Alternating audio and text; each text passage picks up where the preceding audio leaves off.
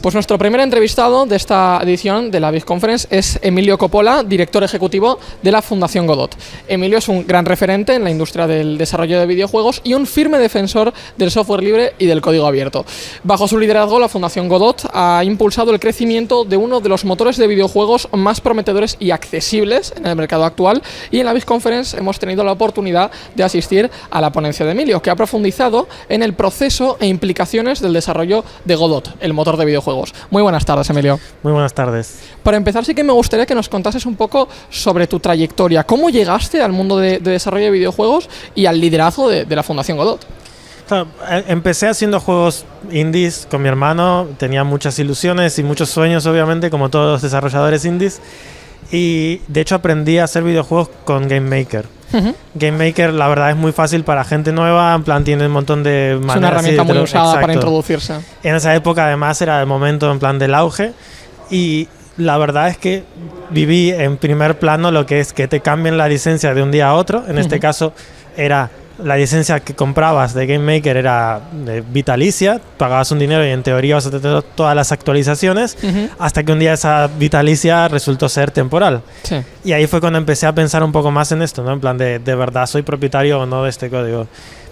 Sacamos un par de juegos con una empresita muy pequeñita que hicimos, y la verdad no fue regular, hasta el punto que dijimos, bueno, esto de los videojuegos es muy complicado, cada uno siguió por su camino. Me puse a trabajar en el mundo de desarrollo web y fundé una empresa con unos colegas de un trabajo que tenía, que hacíamos páginas web para organizaciones sin ánimo de lucro. Ahí fue cuando, entre que me gustaba el gaming, me gustaban también las ONGs y había mucho activismo de código abierto desde el momento de que me haya pasado a mí en primera persona el problema de la licencia, fue que encontré a Godot y me puse a colaborando con ellos totalmente en plan de voluntario. Les ayudaba un poco con la web, les ayudaba un poco con una cosa, la otra, hacía tutoriales en YouTube y poco a poco me fui involucrando cada vez más, hasta que de repente llegó el momento de darme cuenta que había mucha responsabilidad ya en mi parte, y me invitaron un poco a formar parte oficialmente de la organización. Y ahí fue cuando empecé a trabajar para la Godot Foundation y les ayudaba con todo lo que también les hacía falta en ese momento, que eran todo programadores, y a nadie le interesaba la parte de cómo conseguir más donaciones, hablar con empresas, administrar un poco todo lo que era el trabajo ese. Y se dio que, bueno, en plan estaba también en el momento indicado, ¿no? Ahí en plan colaborando y demás. Ese es un poco el recorrido hasta ahora. En muchas ocasiones se vive, ¿no? Que en proyectos de código abierto y demás, a la gente lo que le gusta efectivamente es hacer el código abierto. Exactamente. El tema burocrático no es tan divertido. No, y además que requiere otro tipo de habilidades. El estar hablando con gente, el estar en plan organizando. Hay gente que le gusta ir, programar y listo, y ya está. Y sobre todo, la mayor parte son voluntarios, que tampoco puedes pedirles que hagan determinadas cosas, ¿no? En plan, hay veces que hay trabajo que es muy poco agradecido, que no quiere hacer nadie, pero alguien lo tiene que hacer. Entonces, bueno, es eso, es al final involucrarse y ver en lo que puedes ayudar. Esto lo mismo se puede dar en cualquier otro proyecto de código abierto. Hay un montón que están empezando ahora o que llevan mucho tiempo y que son muy abiertos a recibir este tipo de contribuciones. Uno, cuando piensa en el código abierto, suele pensar en o mando código o no existe, pero en realidad si haces arte, si haces tutoriales, cualquier otro tipo de cosa que puedas hacer que lo promocione, les ayuda un montón. También es apoyo. Muchísimo. En la charla hablas o has hablado, mejor dicho, del desarrollo de Godot, de cómo funciona por detrás, de cómo se implementan nuevas mecánicas, y te quería preguntar también acerca de ello, porque has mencionado ciertas cosas que puede que a mí o al público general pues no lo sepan o no se hayan dado cuenta. Mencionas que Godot es un motor y editor también a la vez. Exactamente, sí. De normal, la gente cuando piensa en un motor de videojuegos, hoy en día todo el mundo piensa en Unity automáticamente, o piensa en Unreal, que son, o bueno, Game Maker, que hablábamos recién también, que incluyen todo metido. Pero históricamente, y hay muchísimas versiones también hoy en día, de motores de programación para hacer videojuegos que son solo el código. Es como una librería a la que tú luego utilizas las herramientas que quieras. Esto obviamente tiene sus partes buenas, parte mala. Parte buena es que si puedes meterte en el código y demás, lo entiendes muy bien, pero si no eres tan técnicamente avanzado, es bastante complicado empezar. Entonces creo que esta parte es bastante importante porque Godot no es el primer motor de videojuegos de código abierto. Simplemente creo que es el primero que también incluye un editor que se hizo popular. Entonces eso es importante de recalcar, que no es el único que existe. Hay otras opciones, pero pueden ser un poco más complicadas de usar. Por otro lado también, una de las palabras que más usamos en el podcast y de la que más me quejo últimamente, sobre todo en los juegos, es de la optimización. Optimización que vosotros lleváis ya al límite. Godot está en todas las plataformas disponibles, pues lo tenéis en Windows, lo tenéis también en Linux, siendo un proyecto de código abierto, no me sorprende. Entiendo que lo tenéis también en Mac, Android, iOS, está en todas partes. Claro, está para móvil también, porque es un motor que, tal y como os comentado en la charla, pesa únicamente 54 megas. Sí. ¿Cómo es posible? Bueno, en general esto es posible con cualquier tipo de software, pero la manera más fácil de hacerlo es meter todas las librerías, todo lo que te hace falta, meterlo todo ahí de golpe y que te lo bajes sin tener ningún tipo de preocupación sobre de verdad si eso no. Para nosotros la accesibilidad es muy importante y hay mucha gente que tiene conexiones a internet que son muy malas, entonces es importante que se lo puedan bajar, no te hace falta estar conectado a internet para usarlo ni nada. Y hay un poco de trampa en cuanto a que si luego quieres exportar tu juego sí que tienes que bajarte módulos extra, pero eso es solo en el momento que te haga falta exportarlo. ¿Y a cuánto asciende ahí la cifra? Ahí depende de las plataformas a las que quieras exportar, pero puede ser, supongamos, unos 600 megas en total. Tampoco llega a los gigas que son el resto de motores. El resto de motores incluyen un montón de cosas que puede que nunca utilices y la verdad no se están preocupando por hacerlo lo más optimizado posible. Nosotros, como hay muchos voluntarios, hay gente que le gusta mucho hacer esto y la verdad que sí que es muy importante que pueda correr en hardware muy antiguo. Hay un montón de escuelas o lugares, sobre todo en Latinoamérica o en África o en Asia, donde no tienen unos ordenadores súper punta como para usar cosas como Unreal y necesitan algo que pueda funcionar. Y claro, no hay muchas opciones. Entonces, asegurarse de poder ofrecer una alternativa y que sea también fácil de usar es importante. Y como el motor en sí es lo mismo que usamos para hacer el editor que para hacer tus juegos, si el juego funciona en Android es porque el editor también funciona en Android, básicamente. Claro. Esas features están muy conectadas, ¿no? Entonces es muy fácil. La última versión es que se puede hacer en VR directamente. Si tienes unas MetaQuest, puedes, sin tener un ordenador ni nada, hacer un juego entero desde ahí, porque al fin y al cabo es una aplicación de Android metida en VR. Wow. Entonces es un poco como eso. Hay gente que le gusta hacer este tipo de cosas, pero bueno, no es para todo el mundo. Bueno, claro, entiendo que al ser de código abierto la gran mayoría de funcionalidades se gestionan mediante plugins. Entonces, digamos que tú puedes tener lo que se dice el producto base y luego ir implementándolo, igual que vemos en otros proyectos como por ejemplo SteamOS, el sistema operativo de la Steam Deck, que al ser basado en Linux, basado en Arc, puedes descargarte todo lo que tú quieras, claro, plugins a matar. Entonces en este claro, te entiendo que es un sistema similar. Sí, aquí cualquier cosa que quieras incluir con C++ lo puedes incluir y hay muchas librerías que ya existen. Y también, si no quieres usar el editor de Godot, hay gente que utiliza otros editores. Por ejemplo, Godot no tiene un editor 3D de niveles. Eso es algo que si de verdad quieres usar vas a tener que usar una herramienta externa. Y ese tipo de cosas con el tiempo imagino que iremos incluyéndolas, pero también tenemos muchas reservas a la hora de decir que sí, porque aceptar alguna funcionalidad nueva quiere decir también aceptar el mantenimiento de esa funcionalidad y asegurarse que siga a lo largo del tiempo siendo soportada. Entonces es bastante complicado, pero en general lo bueno del código abierto es que una vez te lo bajas, es tuyo. Si quieres extenderlo, cambiarlo, modificarlo, si luego lo quieres cambiar el nombre y vender, lo puedes hacer sin problema. Pero lo importante aquí es que ese código es igual que el que hayas hecho tú. Lo único que tienes que hacer es decir que el código de Godot está hecho por los contributors de Godot y poner la licencia. Nada más, esa es la única condición que hay. Ya que mencionas el tema del soporte, te quería preguntar cómo es sostenible que esté en todas las plataformas que hemos mencionado antes. A fin de cuentas, cuantas más plataformas a sostener. Y pueden ser muy complicadas desde el punto de vista de sus propias diferencias, ¿no? A fin de cuentas, Android, ¿cuántas versiones de Android hay? ¿En cuántos dispositivos? Muchas veces vemos que juegos de móvil salen únicamente en iOS en una primera fase porque intentar sacarlos en Android es súper complicado. Hay muchísimos dispositivos en los que no funcionan. ¿Cómo sois capaces de llevar a cabo todo ese soporte? Ahí lo más importante, que también lo digo en la charla, es la comunidad. La comunidad es la que al fin y al cabo hace este tipo de cosas, porque sinceramente la mayor parte de gente que trabaja en Godot no suele ser muy fan de los juegos de móviles, entonces no nos preocupamos mucho por eso. Pero sí que hay muchos estudios de desarrollo que están haciendo juegos en Godot y que cuando se encuentran un problema o quieren hacer algún tipo de mejora o lo que sea, mandan esos cambios al resto de la comunidad. Entonces es un poco más la necesidad de los game developers que están exportando esas plataformas los que hacen ese tipo de funcionalidades y las comparten con el resto. Hace poco, por ejemplo, en iOS, para Android, para iPhone, hace falta un sistema de renderizado que es el Metal. Y eso, claro, había que desarrollarlo desde cero y obviamente no teníamos los fondos. Apple no suele contribuir con código abierto de ninguna manera, pero hubo un usuario que apareció absolutamente de la nada y dijo, mira, he hecho esto, ¿os mola?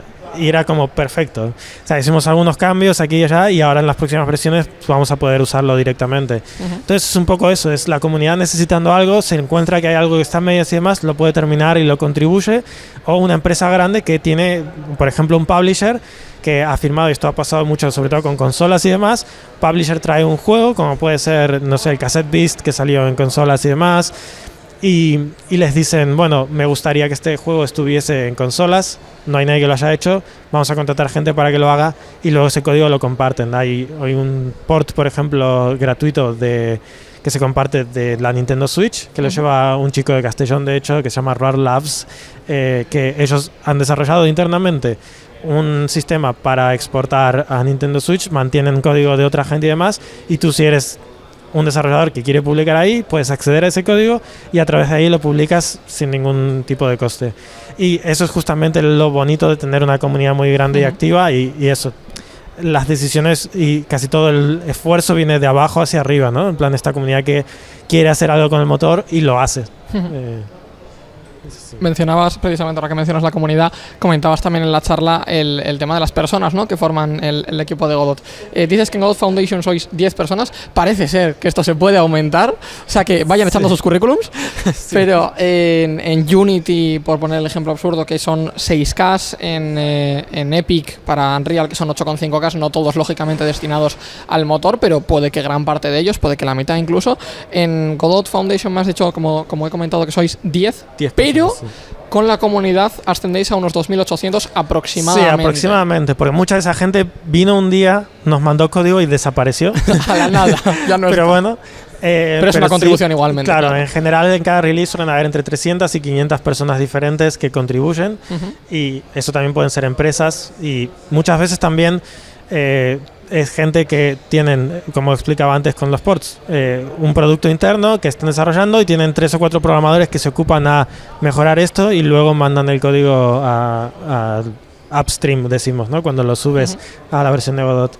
Entonces sí, la verdad es un tamaño mucho más pequeño, pero lo que hacemos en la fundación es las partes administrativas y las partes que también no tienen mucho sentido que haga una comunidad o que directamente no puede hacer. No me metí muy en profundidad en la charla, pero claro, a la hora de recibir donaciones, ese dinero tiene que ir a algún sitio. Y claro, ese no lo sitio puede gestionar la comunidad. Claro, tiene que haber una cuenta de banco a nombre de una entidad tiene que tener unos estatutos con unos requisitos, ¿no?, de cómo tiene que operar. Y cuando te sientas en la mesa para hablar con alguna empresa grande, para conseguir una de estas colaboraciones y demás, quieren hablar con una entidad. Entonces, todo este tipo de cosas son las que hacemos principalmente en la fundación. Pero sí que cuando hay un voluntario que está trabajando muy bien y que tiene ganas y demás, se intenta contratar directamente de ahí. Y la mayor parte de gente que tenemos contratado ahora mismo están trabajando en el motor, haciendo un poco lo que hacían antes en su tiempo libre, pero a tiempo completo ahora. Y la burocracia la gestionáis el resto, básicamente. Sí, lamentablemente sí. O sea, hay 3 personas ahora mismo en la fundación que no trabajan en hacer código para el motor en sí. Yo soy una de ellas. Hay otra persona que hace más la parte de comunidad, moderación y demás. Y otra persona que se ocupa de la infraestructura web, que son los servidores, sistemas de, bueno, todo lo que hace falta que no es el motor en sí, es lo que hace esta persona. Y obviamente muchos voluntarios, pero para burocracia lamentablemente somos poca gente. Hay luego 8 miembros en la junta, de las cuales 2 o 3 personas en general suelen estar colaborando.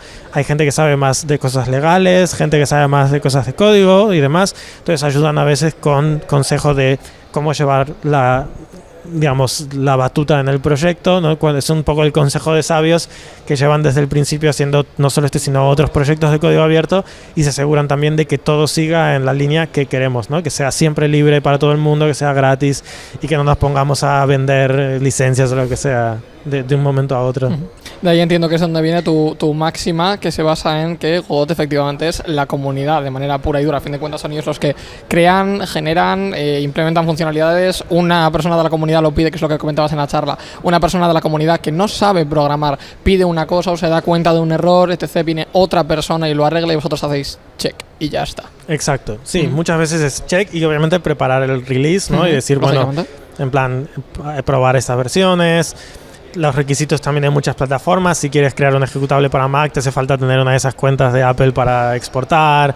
Hay un montón de requisitos también en Windows para firmar digitalmente que el ejecutable no sea, en plan, sea de una persona que te está bajando. Hay un montón de minucias así que obviamente un voluntario el jueves por la tarde después de currar no quiere ponerse a hacer y es lo que hacemos nosotros, claro. Comentabas también en la charla, que me ha parecido muy curioso, la frase de que Godot últimamente se usa para, te cito textualmente, Godot últimamente se usa para muchas más cosas que videojuegos. Estamos acostumbrados hasta cierto punto, digamos, a ver motores de videojuegos usándose para animación, para demás cosas, pero teniendo otras herramientas como pueden ser también de código abierto mismamente, como pueden ser Blender, que también mencionas en la charla, con ese tremendo banner, hablamos luego de ello. Claro, te paras a pensar y dices, ¿realmente te sale rentable generar una animación o crear una animación mediante un motor de videojuegos? Claro, puede que en este caso sí que sea más rentable por la optimización y demás que tiene. ¿Para qué se usa realmente Godot aparte de para videojuegos y por qué? Bueno, en general se utiliza para hacer aplicaciones en donde no quieres crear un sistema de digamos, GUI, ¿no? En plan que no tengas que crear ningún sistema desde cero con los botones, los drop-downs, texto y todo ese tipo de cosas. Interfaces es horrible. Exactamente, las interfaces como Godot ofrece ya todo ese tipo de funcionalidades y Godot mismo está hecho con los mismos elementos que exponemos al usuario. Puedes hacer un programa bastante fácil sin tener que hacer lo que hace la mayor parte de gente, que es meter Chrome en un ejecutable y mandarlo como una web app de escritorio. Entonces mucha gente lo usa eso porque tú puedes exportarlo y lo corres directamente. Entonces imagínate que estás en un museo y necesitas una aplicación para que sea un mapa interactivo. Para ese tipo de cosas se utiliza. O para hacer un programa, hay un programa por ejemplo para hacer texturas en videojuegos que también los relieves y demás te genera, digamos, los materiales para exportar y todo eso. Todo este tipo de programas son cosas que la gente quiere hacer, y programas para hacer música, para lo que se te ocurra. Y el resto de opciones son un poco limitadas, requieren agregar un montón de librerías o directamente tiene una licencia que no te permite el uso comercial. Una muy popular se llama Qt. Un montón de aplicaciones en Linux sobre todo están hechas en Qt. El problema es que a la mínima que quieras vender esa aplicación tienes que pagar la licencia para usarla. En cambio en Godot no, en Godot tú puedes hacer una aplicación y luego la vendes, que no tienes que pagar nada de royalties ni nada. Entonces sí que igualmente mantenemos el norte en que somos un programa para hacer videojuegos, porque no tienen los mismos requisitos. Hacer un programa no requiere que estés refrescando la pantalla 120 veces al segundo, y hay un montón de cosas para optimización de la batería, ¿no? Lo que te dure en un dispositivo y demás diferentes. Pero si quieres hacer algo bastante normal, intentamos también apoyar ese tipo de use case, ¿no? Si de verdad quieres hacerlo, hay opciones para que no esté refrescando todo el tiempo la pantalla, para acceder a funcionalidades nativas del sistema operativo, que al fin y al cabo no se van muy lejos de lo que es un videojuego. Al fin y al cabo la diferencia es cómo quieras interactuar con el ejecutable que has creado. Hablabas antes también del control de versiones, que a fin de cuentas, siendo un proyecto de código abierto, como ya hemos visto muchos y uno tan activo encima como es Godot, habías mostrado gráficos también antes de jams en las que aproximadamente un tercio, incluso más de un tercio de los juegos están hechos en Godot. Hoy en día, sobre todo en la industria de indies, tenéis muchísimo éxito porque la gente no quiere complicarse la vida, cosa que es totalmente comprensible. Claro, en un proyecto de este tipo en el que puedes tener miles de commits mensuales o incluso semanales, y depende del día, diarios, ¿cómo se hace el control de versiones? ¿En base a que dices, vale, toca una nueva versión con nuevas funcionalidades, toca retirar cosas, etc.? Hay un equipo en concreto que es el Release Team que se ocupa de hacer este tipo de cosas, y lo que van pensando es cuántos cambios pueden agregar en Godot sin romperlo todo demasiado, mantener un poco un equilibrio de, bueno, hemos agregado cosas nuevas, algunas son bastante grandes, muchas pequeñitas, y por otro lado está cuántos bugs podemos arreglar. Hay un montón de bugs y problemas que pueden ocurrir en un juego normal, que eso es muy prioritario que lo incluyamos. Entonces es ir buscando un equilibrio. En general es un poco a oído el ir diciendo en plan, bueno, hasta aquí es un release.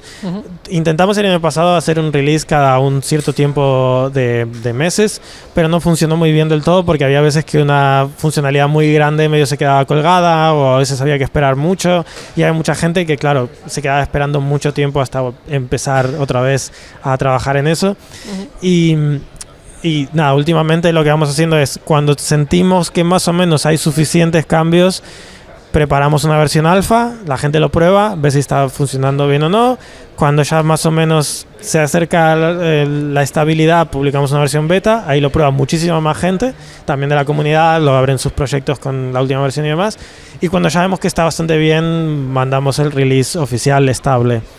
Pero en general, una de las cosas que buscamos durante todo este proceso es lo que llamamos regressions, que es cuando hay un cambio que se introdujo, un bug que se introdujo en esta versión nueva respecto a la anterior. Entonces hay que asegurarse que eso no esté. Hasta que no estemos seguros de que no hemos introducido ningún bug nuevo, no podemos sacar ningún release. Entonces, en general pueden ser 2-3 meses, a veces son más, 4 meses. Hemos llegado a estar a un release por año, y a veces hemos hecho 4 releases en un año. Y bueno, depende un poco también de la estabilidad y las cantidades de contribuciones que tengamos. Ahora mismo es un poco raro porque estamos recibiendo muchas más contribuciones que normal, entonces hay un poco más de presión en que tenemos que sacar más versiones, pero de normal creo que el equilibrio está un poco eso, en plan ir arreglando lo suficiente como para poder arreglar cosas nuevas que no desbaraten todo otra vez. Como bien mencionas, efectivamente cada vez se usa más y eso queda claro, y al igual que mencionabas también en tu charla, no hace falta saber nada de código porque se pueden precisamente hacer peticiones, ideas que puede que a la gente le vengan bien, que nadie se haya atrevido, digamos, a escribirlas, pero vas tú y dices, oye, pues es verdad, tienes razón, a mí también me viene bien este tipo de funcionalidades. Claro, todo eso son peticiones que se van aumentando y que te van aumentando el stack. ¿El aumento de peticiones está yendo acorde a el aumento de contribuciones? ¿Se está quedando por encima, por debajo? Ahora mismo estamos un poco por debajo en cuanto a contribuciones y sí que antes, en plan, una de las gráficas que mostré pero pasé muy rápido, esto se puede ver igualmente todo en GitHub, los datos están ahí y son públicos, pero sí que antes éramos mucho más rápidos de poder reaccionar a ese tipo de propuestas y de poder hacerlas, pero con el tiempo sí que se van acumulando muchas. Igualmente, el ratio suele ser siempre el mismo. Al principio era un poco raro ver que habían un montón de tickets abiertos en GitHub, parecía que estaba todo roto, pero tenemos como, en plan, 4 veces más cerrados, con lo cual sí que poco a poco vamos llegando. Y también otra cosa que pasa es que hay veces que hay gente que crea un ticket y después ese problema ya no existe más porque el usuario puede que directamente haya sido un problema suyo, pero nadie lo revisó. Entonces hay un montón de cosas que quedaron abandonadas, que hay que cada tanto hacer un poco limpieza así de primavera y revisar todo lo que hay abierto, ir viendo en plan uno por uno, en plan, ¿esto sigue siendo válido? No, pues nada, lo cerramos. ¿Esto sigue siendo válido? Sí, vale, pues ahí tenemos que mirarlo. Pero bueno, es siempre un poco cuando pensamos que vamos a llegar a arreglarlos todos, empiezan a aumentar más los reportes y bueno, es un poco gato y el ratón jugando eso, pero bueno. Ha habido una cosa que me ha sorprendido mucho también y que creo que a los oyentes también les sorprenderá, y es que, corrígeme si me equivoco, pero me ha parecido escuchar en tu charla que las reuniones que tenéis en las que decidís qué funcionalidades entran en las releases son abiertas. Sí, casi todas las reuniones en general. Hay diferentes áreas del motor y organizan, depende de ellos, cada uno lo organiza en un horario que quiera o dependiendo de la gente que va, porque hay muchas veces que hay mucha gente que es de Norteamérica, entonces prefieren un horario un poco más tarde para lo que es Europa, pero en general se publica cuándo va a ser, cuál es un poco el orden del día y si hay un cambio que tú has introducido o que te gustaría introducir, puedes ponerlo en el orden del día y cuando llegue el momento se discute. Y en general todo esto pasa abierto, o sea, tanto en GitHub puedes ver las discusiones, tanto en nuestro chat o también muchas veces hay simplemente gente hablando en redes sociales, puede ser en Reddit, en Blue Sky, en Mastodon, gente simplemente teniendo la conversación ahí que luego desemboca en algún cambio dentro del motor. Así que en realidad hay muchas maneras de contribuir, pero lo más valioso es ir a las propuestas y decir si esto me serviría, estoy haciendo este juego, porque hay muchas veces que la gente no se toma la molestia y asume que ya sabemos que eso es un problema muy común pero si no nos lo dice la gente, no lo sabemos. Entonces, es bastante interesante que sepan la gente, y por eso hago este tipo de charlas ahora, que necesitamos escuchar ese tipo de comentarios. La comunidad es lo que termina siendo. Vienen un poco con la cultura esta de que, bueno, te quejas al aire porque es una empresa muy grande, claro, que nunca te van a escuchar, pero no, aquí si quieres puedes ir y puedes meterte en una reunión, hablar de los problemas que pueden haber, exponer un poco lo que hay. Y nada, así es como me involucré yo inicialmente. O sea, al principio me estaba metiendo en reuniones para intentar solucionar problemas que tenía en mi juego que estaba haciendo y para ayudar a otros también. Y así es como luego, si te gusta, terminas encaminándote a trabajar haciendo este tipo de cosas. Respecto al tema de funcionalidades, entiendo que tendréis funcionalidades que ya no se usan, como también comentabas en la charla, funcionalidades deprecated, funcionalidades que hayáis sustituido por otras más nuevas, que sean más estables, más seguras, puede que algunas les dejéis de dar soporte. ¿Cómo gestionáis todo eso? Porque al tener tantas versiones, en cualquier momento cualquier usuario puede descargarse el código fuente, compilarlo y tiene su propio motor ahí en una versión determinada e intermedia incluso con sus commits. Claro, el tema de funcionalidades puede que cuando tengáis alguna que deje de usarse y esté deprecated le dejéis de dar soporte, pero haya un usuario que la use, que si actualizáis una y retiráis otra ya no funcione un juego, un proyecto. ¿Cómo lo gestionáis? Que en general no rompemos la compatibilidad y eso es una de las cosas más importantes. O sea, no podemos de una versión a otra dejar a la gente sin usar algo. Con lo cual siempre ofrecemos la opción de usar la versión antigua si es que lo vamos a deprecar. Pero una de las cosas buenas es que si hay algo que hemos quitado del motor pero te sigue haciendo falta, lo puedes incluir a través de una extensión. Entonces, si hemos quitado, por ejemplo, un nodo para hacer twins, que fue una de las cosas que hemos quitado de Godot 3 a Godot 4, tú puedes crear una extensión que cree el mismo nodo, que haga las mismas cosas, usando casi el mismo código con muy ligeras modificaciones. Pero tampoco te obliga nadie a que uses la última versión. O sea, si tú estás haciendo un juego y te está yendo bien y no encuentras ningún bug ni nada, tú puedes seguir usando una versión antigua que no pasa nada. De hecho, cada tanto sí que sacamos nuevas versiones menores de Godot 3 o de Godot 4.1, de 4.2, 4.3, con mejoras que sabemos que si tienes un juego en producción que estás vendiendo y no tienes ahora mismo el tiempo para portarlo todo a la última versión del motor, en general puedes seguir usándolas. Igualmente, al contrario que otros motores, actualizar de una versión a otra es muy fácil, no solemos romper nada, y si hacemos algún cambio intentamos ofrecer una herramienta que lo haga automáticamente sin que te enteres, o que te pregunte en plan, ¿quieres hacer esto o quieres seguir usando la versión antigua? Entonces la decisión termina siendo del usuario. Teniendo además un proyecto de código abierto como es Godot, entiendo que puede ser muy complicado, y teniendo tantos contributos, que además son muchísimos, entiendo que puede ser muy complicado gestionar también la ciberseguridad del propio proyecto. Puedes tener backdoors en código en el que no te hayas dado cuenta, tienen tantísimas contribuciones, teniendo que mirarlas una por una.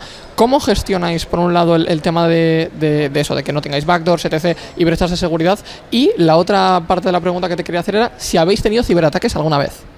Sí, bueno, por la parte de ciberataques sí hemos tenido bastante, sobre todo en la parte web, un montón de ataques, en plan, suelen ocurrir a casi todos los proyectos.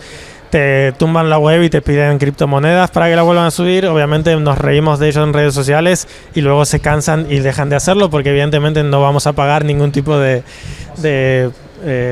ransom, no me sale ahora en castellano, pero bueno.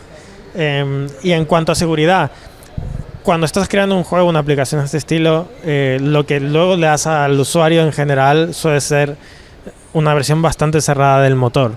El único vector que existe en el que puede ser un poco más complicado es cuando dejas que la gente haga mods en tu juego, porque entonces uno de esos mods sí que puede tener algún tipo de vulnerabilidad. Igualmente queremos ofrecer en un futuro una versión sandbox en la que esté un poco más capado lo que pueden hacer los mods y demás, pero en general, como el ejecutable que mandas es una versión de Godot que ejecuta los assets y todo el código que has hecho, es más confiar que te lo estás bajando de un lugar que está bien, que es legal, como por ejemplo Steam o cosas así. Si te lo bajas en una web pirata, no sabes qué pueden haber modificado y demás, pero es lo mismo con cualquier otro software. Y la otra versión también, sobre todo para Game Jams, es usar alguna versión que sea segura, como puede ser la versión web, En la versión web no estás ejecutando nada en plan en el ordenador, estás ejecutándose todo en el explorador, entonces hay un nivel más de distancia.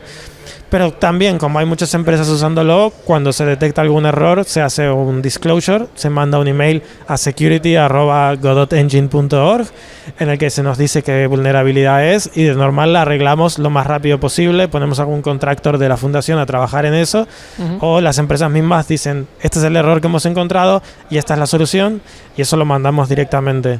Y ahí es cuando hacemos versiones, en plan, en todas las versiones antiguas, una versión nueva menor. Pero en general creo que para un videojuego no es tan importante como puede ser en infraestructura web, en la que estás dándole un servidor a un montón de gente que a través de una vulnerabilidad te puedes meter a un servicio con información privada y demás. El juego, cuando tú lo mandas, tiene toda la información. Entonces, en general, no suele ser un vector de ataque muy común. Pero obviamente, como todo el software que ejecutes en tu ordenador, puede ser un riesgo. Respecto al futuro de Godot, ¿te abruma pensar en que, teniendo en cuenta que en los últimos 6 años estáis prácticamente duplicando cada año la cantidad de juegos que se hacen con Godot, el tema de contribuciones también está subiendo muchísimo? ¿Te abruma pensar en todo el aumento de uso que puede tener y que pueda llegar a convertirse, por qué no, en el motor de juegos más usado del mundo? Sí, no, o sea, me abruma la responsabilidad de que haya tanta gente dependiendo de esto, porque no es lo mismo crear software que sirva para la gente hacer un juego porque se divierte y demás, versus hacer un software que mucha gente depende su vida en que esto funcione bien, en plan en que sigan sacando nuevas versiones de sus juegos y demás. Entonces, obviamente la responsabilidad cada vez es mayor, pero a la vez creo que lo que está haciendo Godot y otros proyectos también, como puede ser Love2D o Baby, otros motores de código abierto, es demostrar a la industria que hay otras alternativas, y otras alternativas pueden ser mejores para otra gente, ¿no? Entonces, nuestro objetivo no es que Godot sea el único motor que use la gente, sino que sea algo que la gente pueda usar en un conjunto de otros motores. Porque si estás buscando hacer algo un poco más especializado para web, por ejemplo, hay otros motores como Default o GDevelop que son mucho mejor. Pero, bueno, la gente al final va a terminar usando lo que quiera. Y en cuanto a si va a ser más complicado o no, creo que la comunidad crece en todos los campos a la vez, con lo cual, si crece al doble, imagino que los fondos que tengamos van a ser el doble, y la gente que está contribuyendo va a ser el doble. Entonces va un poco pata a pata, ¿no? Mientras mantengamos esta estructura que sea de comunidad en plan hacia arriba, creo que vamos a estar bien. Pero eso, mi mundo ideal sería un mundo en el que hay muchos juegos hechos en muchos motores y no solo en 2 opciones. Pero bueno. Te quiero hacer ahora la pregunta del público, porque me han dicho expresamente, mientras estaba en tu charla, tenía un compañero del podcast, un saludo desde aquí a Sergio, si nos está escuchando, que me ha dicho, tienes que preguntarle, pasa que llegó tarde, pero me ha dicho, tienes que preguntarle, porque no le está preguntando a nadie cuáles son los juegos más exitosos que se han hecho con Godot, y a la vez, si hay algún juego en particular que se haya hecho con Godot que a ti te haya sorprendido. Bueno, que me haya sorprendido bastante el PBKK se está desarrollando ahora, porque los gráficos la verdad son increíbles. Lo hizo la misma gente que hizo el Dome Keeper. El Dome Keeper fue muy popular, es uno de los juegos que más tengo horas yo en Steam. Pero bueno, después hay otros como, no sé, el Brotato fue un exitazo en todos lados. Lo jugué y la verdad, en plan, me gustó, pero no me imaginaba el éxito que iba a poder llegar a tener. Y después hay otros como el Backpack Battles. Hay muchos juegos que es como que, la verdad, salen un poco de la nada. El Backshot Roulette también. Que, claro, nos enteramos cuando lo publican, que está hecho en Godot y porque está súper top de charts. Entonces, claro, no sabría decirte igualmente. Creo que el que más he jugado ha sido Dome Keeper. Pero en general me sorprende muchísimo eso, lo que puede estar haciendo la gente ahora, que ya entiende un poco mejor el motor y que tiene buena experiencia haciendo cosas en 3D y demás. La gente, cuando lo estaban mostrando el PBKK en Gamescom, todo el mundo paraba y preguntaba, ¿esto es Unity, es Unreal, parece Source? ¿No? Puede ser, en plan, no sabían, hasta que la gente decía, no, es Godot, y tú, no sabía que se podía hacer esto con Godot, ¿no? Entonces eso, es un poco la creatividad de la gente. No sé, hay muchísimos. En la charla mostré algunos, pero también el Case of the Golden Idol es un juego que me gustó muchísimo. Hay uno para móviles que se llama Usagi-Shima, que es de unos conejitos que vas como poniéndoles casitas y demás, un cozy game que funciona muy bien. Sí que es cierto que hay mucha gente que piensa que Godot está hecho para hacer juegos pequeñitos, juegos de plataformas, el Flappy Bird y poco más, claro. Y nada más lejos de la realidad. Claro, la cosa está en que durante muchísimo tiempo la única gente que lo usaba eran independientes que estaban en su casa, que eran una persona o dos personas. Y claro, para un equipo pequeño, pues ¿qué vas a hacer? ¿Un MMORPG 3D o vas a hacer un plataformas? Pues probablemente te hagas un 2D plataformas. Y ahora que están empezando a venir estudios más grandes a usarlo es cuando se está viendo que hay como eso, otro tipo de juegos. Y ahora ya para ir cerrando sí que quería preguntarte por un lado, ¿qué te está pareciendo el evento? Me está gustando, de momento igualmente no pude hacer mucho, en plan me di una vuelta muy rápida por Te estamos secuestrando para entrevistas. Claro, pero no, bien, estoy intentando apoyar un poco más la industria local porque luego me voy a conferencias en Alemania, en Reino Unido, en todos lados y somos los mismos, entonces digo, si funcionan bien, ¿para qué voy a estar viajando súper lejos si aquí en España mismo puedo estar en contacto con la gente que quiero ver? Bueno, de momento muy bien y la verdad tengo ganas de ver cómo es mañana también, que voy a estar un poco más libre. Y ahora sí, para cerrar, quería preguntarte para que le contases a la gente cómo pueden apoyar Godot, cómo pueden financiar Godot, el tema del banner enorme de Blender que es muy gracioso. Sí, bueno, en nuestra web que es godotengine.org hay un botón de donate arriba donde va a nuestro Patreon para que puedan donar y demás, y si no, simplemente con usarlo y contribuir en cuanto a en las propuestas, responder cosas como si es útil o no, crear propuestas nuevas o simplemente eso. Cuando tengas a alguien que está empezando a hacer videojuegos y que no sabe muy bien qué hacer, que lo pruebe. No digo que a todo el mundo le vaya a gustar, pero al menos que lo pruebe. Que tienen esa opción también. Exacto. Creo que es bastante valioso y bueno, también si quieres hacer un videojuego es el mejor momento. Te lo puedes bajar en 2 segundos y estás ya usándolo. Pero nada, en general... Y pueden contribuir también económicamente, en caso de que quieran y puedan. Económicamente también ayuda, pero eso, lo más importante es que se creen buenos juegos de calidad porque luego el dinero es más secundario, ¿no? Eso va a venir si hay buenos juegos. Es como todo, ¿no? Un poco huevo y la gallina en este caso. Si hay buenos juegos, hay buena financiación. Pues muchísimas gracias, Emilio, por estar hoy con nosotros. Nos Muchas vemos gracias. Y compartimos contenido pronto. Inda. ¿Le doy al stop? Sí, perfecto.